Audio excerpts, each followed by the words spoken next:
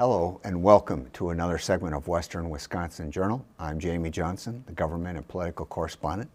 And today we have another candidate for local government, and her name, Kerry Reis. Kerry, thank you for being on the show. And you're here because you are a candidate for District 5 on the county board. That's right. Thanks, Jamie.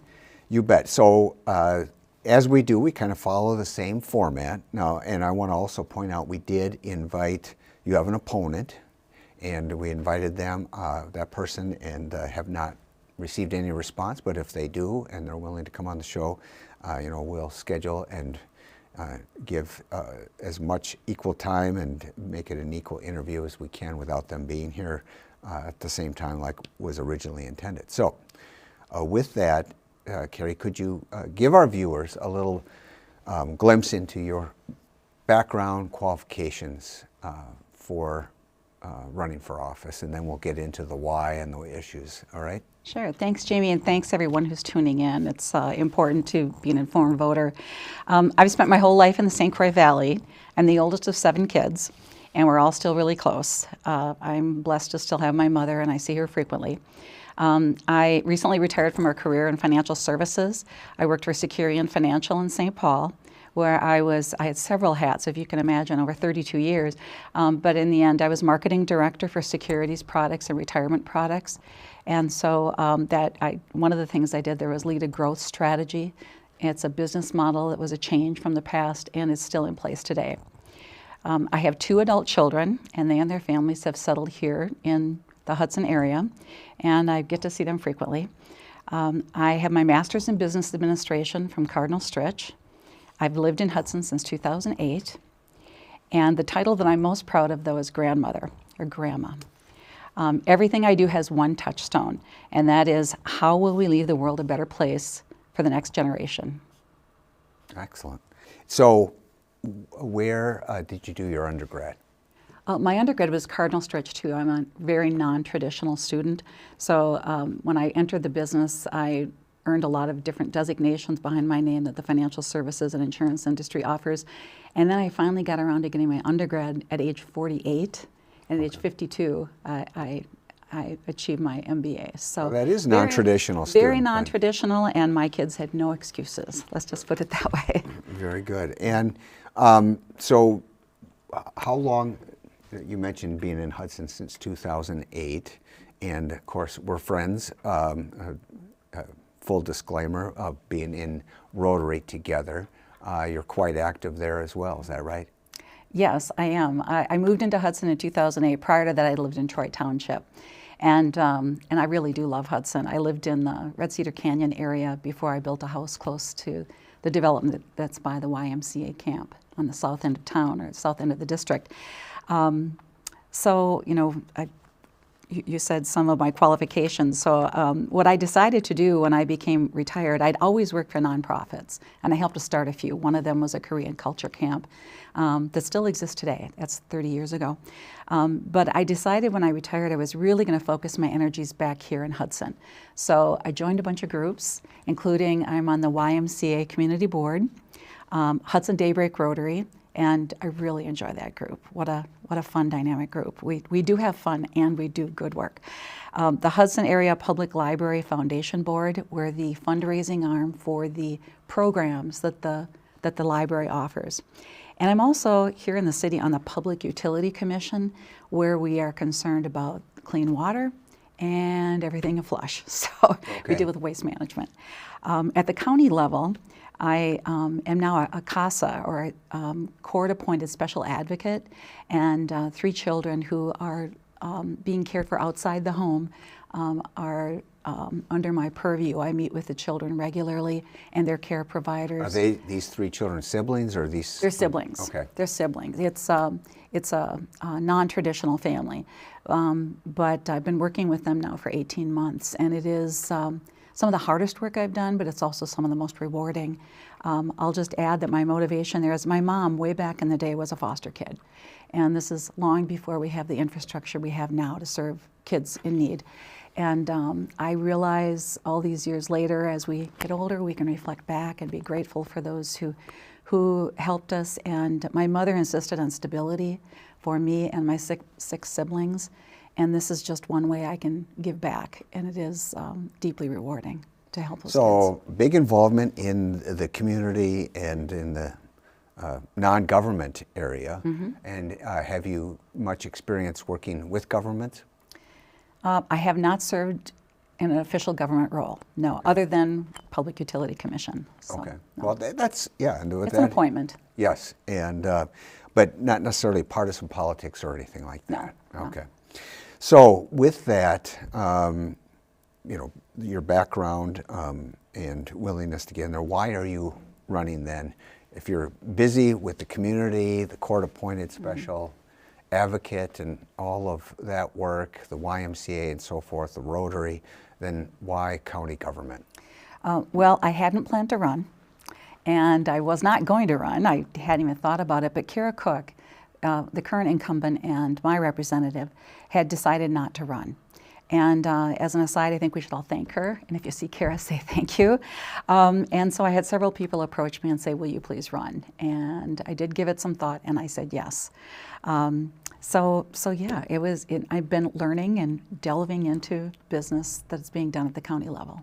So, and let's be clear, the district that you're talking about, and you even have a little map here. Yep. We'll put it up, see if I don't know if the camera can get this, but it's the green area, so it'd be District 5, is that right? District 5, that's correct. And it's generally described as the historic district, downtown, and then the area south of the interstate and basically west of Fleet Farm, right?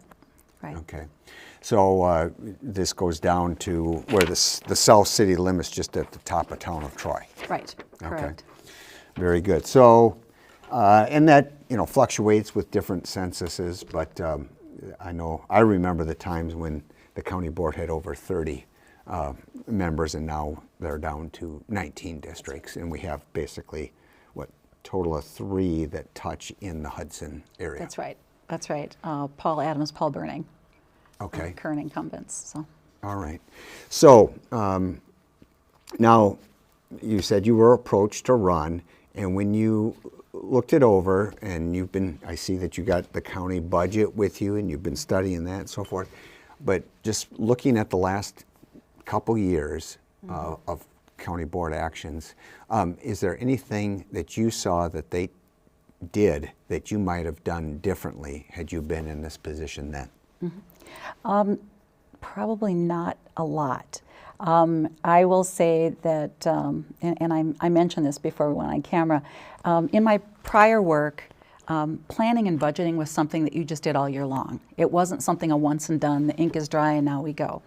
And the frustration for those of us who took this stuff deeply seriously was we would have folks pile it in. I worked a lot with salespeople, and I love salespeople, but we'd have people come in and say, okay, set that aside, here's what we're really going to do. So I'm not that person. I'm not that person who sets everything aside and says, let's start over, or how can I pilot this thing in?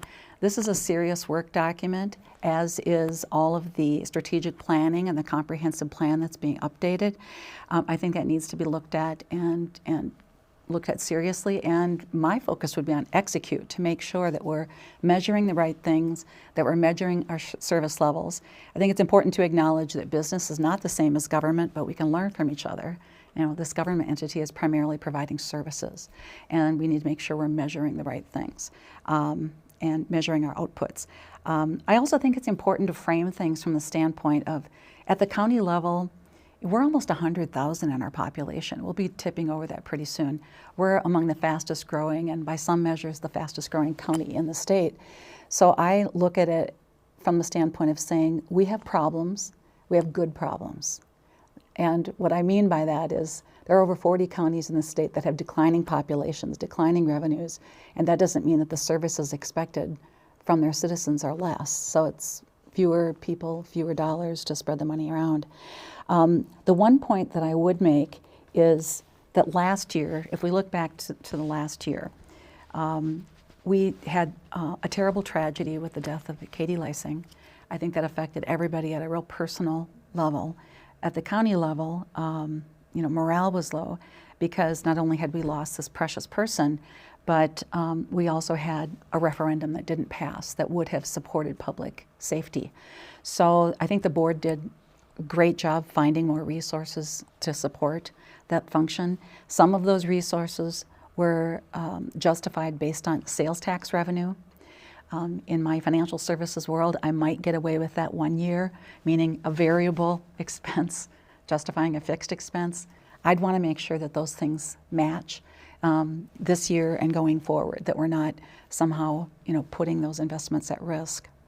The only, I guess, critique I would make of what I've observed of some of the board or committee meetings is that often we find ourselves having conversations about things that are not the direct responsibility of the county.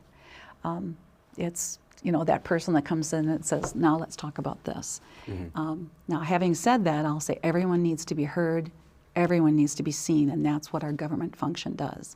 But in terms of how we deploy our resources, I'd like to see us focused more on those things that are clearly within our span of control, because it's hard enough to do otherwise. Okay. Very good. So, looking forward, now you just look back over the last year or two on what you might have done differently, or maybe what you would have supported. But now looking forward, what do you see are the important issues that should be discussed and thought about by the voters prior to the election on April 2nd? Well, there is going to be a referendum on the ballot. It is a complicated paragraph. With your legal background, you probably won't be surprised. I did print it out. Anyone watching this, I would encourage you to please go out and find out more about the public safety referendum. But if we peel away all the legalese, the referendum is to provide 2 mental health co-responders, 2 corrections deputies, 1 sheriff's office investigator, 1 district attorney investigator, 1 youth justice early intervention specialist, 1 deputy clerk of courts. This is all addressing the very real and demonstrated needs that we have in the public safety. And I would encourage people to go and get educated about it, to ask questions about it. I intend to vote for it. I would encourage others to do the same. The cost for that, like everything else, it's not free. The cost is estimated for equalized property value of $100,000 to be $5. It grows up incrementally, so for $500,000 or $500,000 would be $25 a year. I personally think it's worth it to address the needs of our public safety. So if you have a $500,000 house, Mm-hmm. Your taxes would go up $25 total. Right, to meet the needs of our public safety. And how many positions total is that filling then? Are you going to make me do math? It was a long list. There's 2 in some areas and 1 others. 8. 8, and then of course last year was approved the addition of 8 deputies. So. Okay, so this is 8 on top of the 8 that already were added in the budget. That's my understanding. Okay, Yep. Very good. So we got the public safety referendum, and Mm-hmm. we hope that goes through. Probably don't want to talk about if it doesn't go through what would happen, but I guess it would delay, and you've got some insights with your work as a court-appointed special advocate. I mean, this does affect people, children in particular. Right. It's a ripple effect, and you can squeeze up to a certain point, but after a while, it's really hard to come back from that. I think it is important to point out that we have some experienced teams that work for the county. One of the, I think, delightful examples of innovation is how the county purchased a used, refurbished CT scanner, and they're using that for autopsies. And while that's kind of a grim notion, the reality is that we do need to understand when there's a death in the home. Loved ones want to know what happened. There's a legal reason to want to know what happened, and by using the CT scanner, we can get faster results than we would otherwise get. So that's, I think, an example of innovation, and listen to the people that are on the front lines doing the work. They know what we need. Okay. So are there important issues that you would see or be a champion potentially Mm-hmm. of if you were elected to the board? Well, I'm learning. Mm-hmm. I'm still a student. But the one thing that comes to mind is I care greatly about water quality, and I mentioned earlier I'm on the Public Utility Commission. Anyone in this district, the vast majority are getting city water. So you can go to the Hudson Public Utility website. You can get our water quality report. We are all connected, so we do care about things like what's going on at 3M products or Forever Chemicals. We do need to monitor for that. But I am concerned about clean water from the standpoint of the county. A large percentage of our population has private wells. And I'm excited that the county does offer this program, but we probably don't have any people taking advantages of it, where you can get your well water tested for high nitrate levels. The next one is Saturday, April 20th. When you say this program, what's the name of the program? Land and Water Conservation Resources and Contacts. Okay. St. Croix County. So it's free well water testing April 20th, and that's going to be an event called Earth Fest in River Falls. They've got a couple of other dates here. I would just encourage people with private wells to get their well water tested frequently. But from the larger perspective, I did go to the comprehensive plan update meeting that the county recently held, and what I would flag for people who are not aware of this is we do have some water quality concerns. I mentioned the well waters, but also from a natural resources standpoint, we have some impaired waters as measured by the DNR. So some of them being the St. Croix River, Lake Malibu, Willow River, all here within this vicinity of this district, plus several other lakes and things. So I think it's something that we need to be monitoring and paying attention to. It's not a direct budgetary kind of thing, but it may be something that has to be addressed in the future. Now, with the budget for St. Croix County, in looking at that, have you seen any areas where you might cut, or do you think that could hold the line on spending, perhaps, at least not increase, that would not significantly impact services being provided? You know, I don't know enough, Jamie, to speculate, but know that I would dig in and ask questions if I were elected into this position. So there are a fair number of services that are mandated by the state, so those become harder to cut unless you can find some way to trim up the level of services. You know, most of our services are human resources. It's people that are needed to do the job. But if we can find some areas where we can use technology to trim things up, I think that's an opportunity. Very good. So. All right. Anything else you want to leave with our viewers that are watching here? I mean, I always encourage them to read up on the candidates. How can they learn more about your candidacy and where you stand on issues? I have a Facebook page, and it's Kerry for St. Croix County.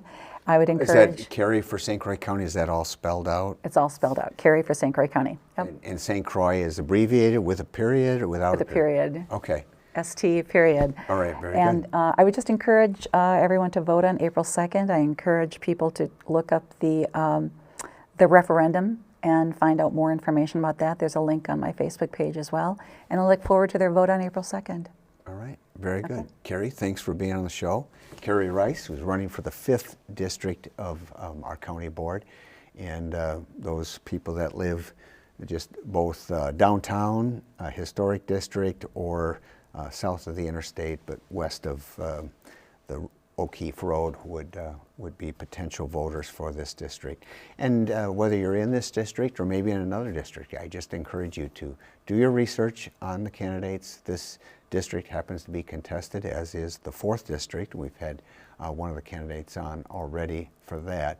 But thank you for watching, and I just encourage you to do your research, get out there and vote on April 2nd. This is Jamie Johnson. Keep watching.